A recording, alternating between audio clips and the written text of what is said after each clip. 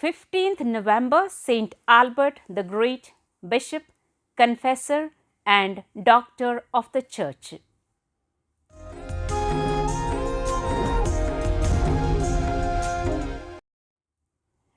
Albertus Magnus, the eminent theologian, philosopher, and scientist, was the eldest son of a military officer in Germany. He was born sometime around 1200. We do not know for sure all the details of his family origins, but we know he was well educated. He attended the University of Padua, where he learned about Aristotle and his writings. The instruction in philosophy would become the foundation of his later work. Sometime around the year 1223, Albert experienced an encounter with the Blessed Virgin Mary. This encounter moved him so much that he chose to become a member of the Dominican order. He thereafter studied theology. He excelled in his studies and later became a lecturer for the Dominicans at Cologne. He also traveled around the region to lecture, gaining regional, then international acclaim. St. Albert's lectures were so popular that the university hall, being unable to hold his listeners, he had to speak in the open marketplace. He taught in Germany and later went on to teach theology at the University of Paris and became the chair of theology at the College of St. James. One of his students was the famous Thomas Aquinas, who would also become a doctor of the church and a saint.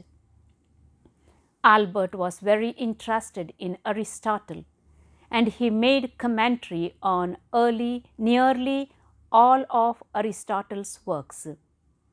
He also studied the teachings of several Muslim scholars. At this time, the Islamic world led Europe in terms of scholarship, science, and medicine. In 1254, Albert became the provincial of the Dominican order. By all accounts, he was a capable and efficient administrator.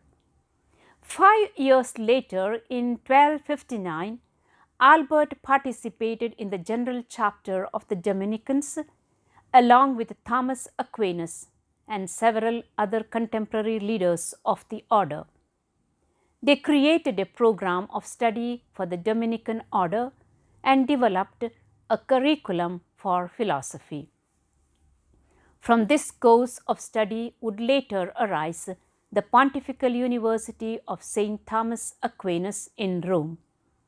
Today, the university, which is known as the Angelicum, is one of the foremost theological colleges in the world. It is still run by the Dominican order. In 1260, impressed with his acumen, Pope Alexander IV appointed Albert as Bishop of Regensburg. Although he was a bishop, Albert refused to ride a horse and went everywhere on foot. This seemingly unusual practice was consistent with the rules of his order. The life of a bishop did not agree with Albert, and he resigned from his post in 1263. He had childlike faith in the love of God that expressed itself in an attitude of tenderness towards the poor and unfortunate. In that same year, Pope Urban IV accepted his resignation and reassigned him to preach about the Eighth Crusade to German-speaking people. The crusade was intended to recapture the city of Tunis in North Africa for Christendom and was a total failure.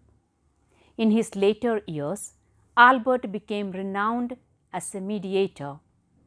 He mediated disputes between individuals as well as resolving a dispute between the people of Cologne and their bishop. He also founded Germany's oldest university in that city.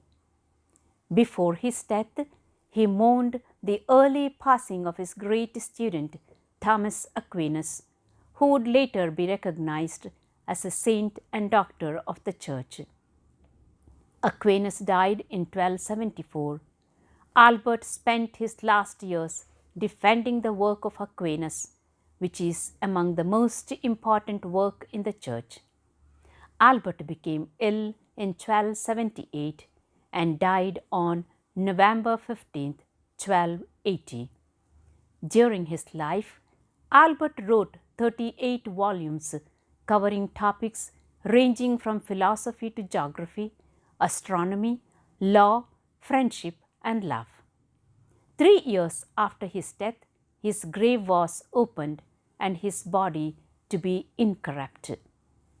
When his grave was again opened centuries later in 1483, they only found his skeleton.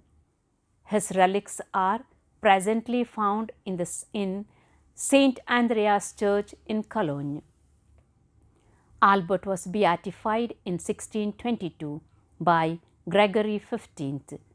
He was canonized and recognized as a doctor of the Church in 1931 by Pope Pius IX. He is the patron saint of scientists.